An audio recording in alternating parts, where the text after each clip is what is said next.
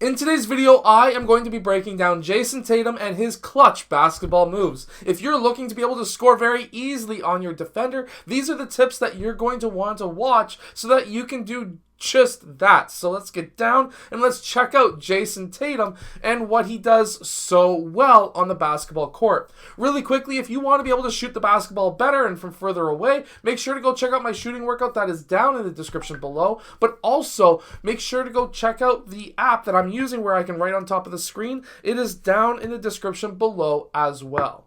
Okay, so what does Jayson Tatum do right here so that he's able to post his man up and then get in position to be able to score this shot? Well, first off, let's really look at that post-up move before we look at the actual move itself. Okay, so while he is posting up, watch what he's doing with his right hand. He is making sure that this man is not allowed to get in front and front Jayson Tatum.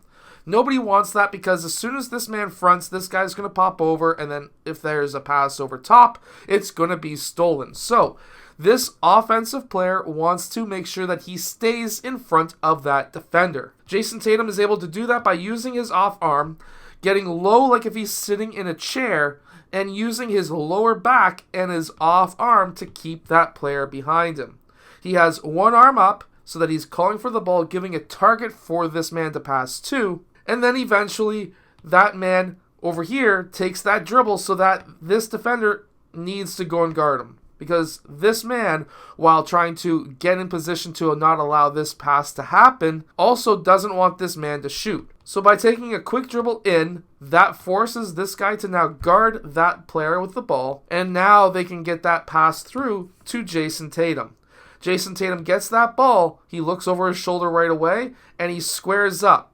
This is important.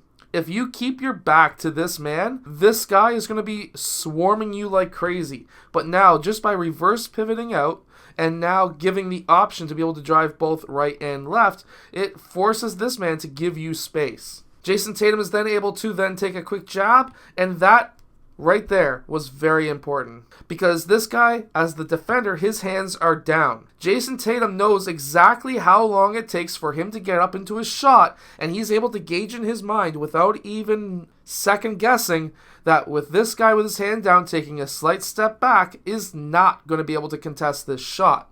Which means that he can just go up with his regular timing for his shot without rushing it, and he's able to make that shot. And of course, there is this as well. Obviously, life in basketball is not all about scoring. Right here, Jayson Tatum is able to get that rebound, not even take a dribble, pass down court to his teammate, who is then able to go and score on the other end. No dribbles at all being taken. He gets that ball, he looks down court, and he's able to score. Obviously, you also need to know how to use screens. This guy is setting up a perfect screen, nice and wide, not moving.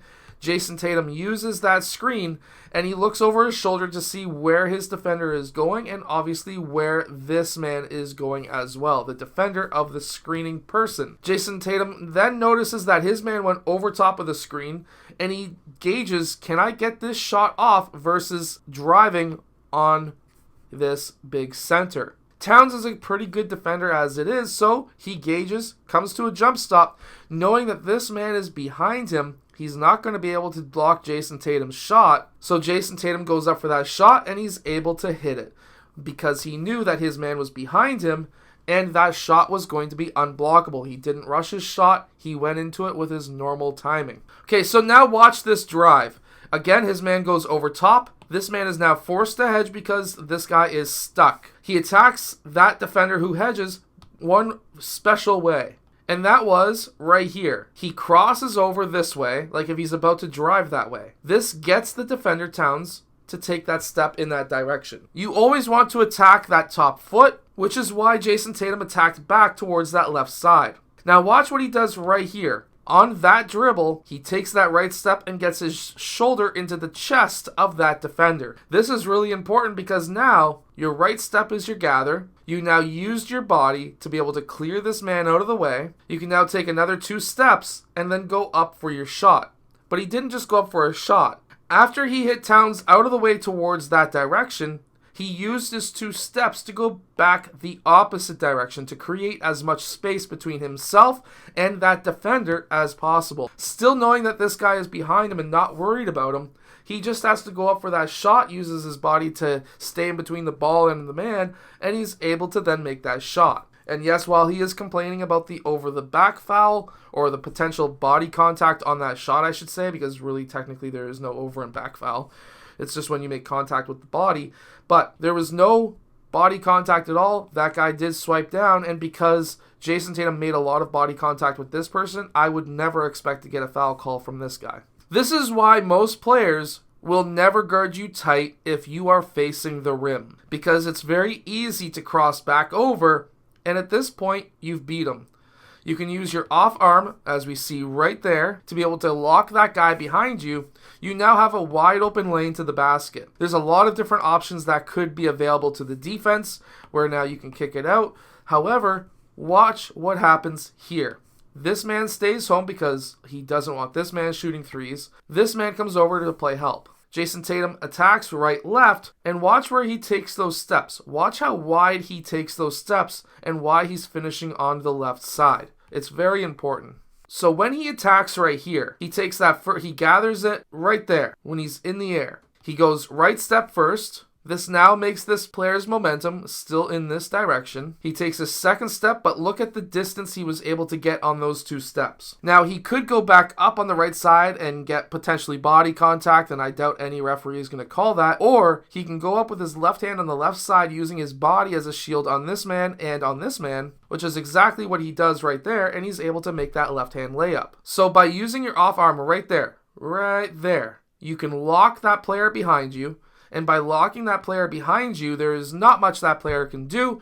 This is not really a foul because he's in your cylinder anyways, so there's no foul. And then right there, gathers it on that foot. He has the angle to be able to attack in this direction, and that's exactly what we see right there. He does keep the ball a bit low. If I was a defender on this side, I'd be trying to swipe off on that, but that's not what happened. And then he was able to get onto that left side using his body as a shield so that he could get that layup. And then anytime that there's a switch, as we see right here, Jayson Tatum is much faster than pretty much any center in the league, and that's exactly what happens. He pushes off his left foot, gathers it right there, 1-2, and then he's able to take that shot. Because he's faster than the man who switched off, that's the reason why you set screens. There's a mismatch. You need to exploit that mismatch in game. So what we learned from Jayson Tatum is to not rush your shot, to know how long it takes for your shot to get off, to be able to make body contact first so that you can create that distance between yourself and the defender. And then if there's a switch, if there's a mismatch, you have to be able to attack it the right way. I hope that this video has helped you. Make sure to go check out the link down below to be able to shoot the basketball from further away. And also, if you like this app, it's down there as well. So I'll see you guys again in my next video.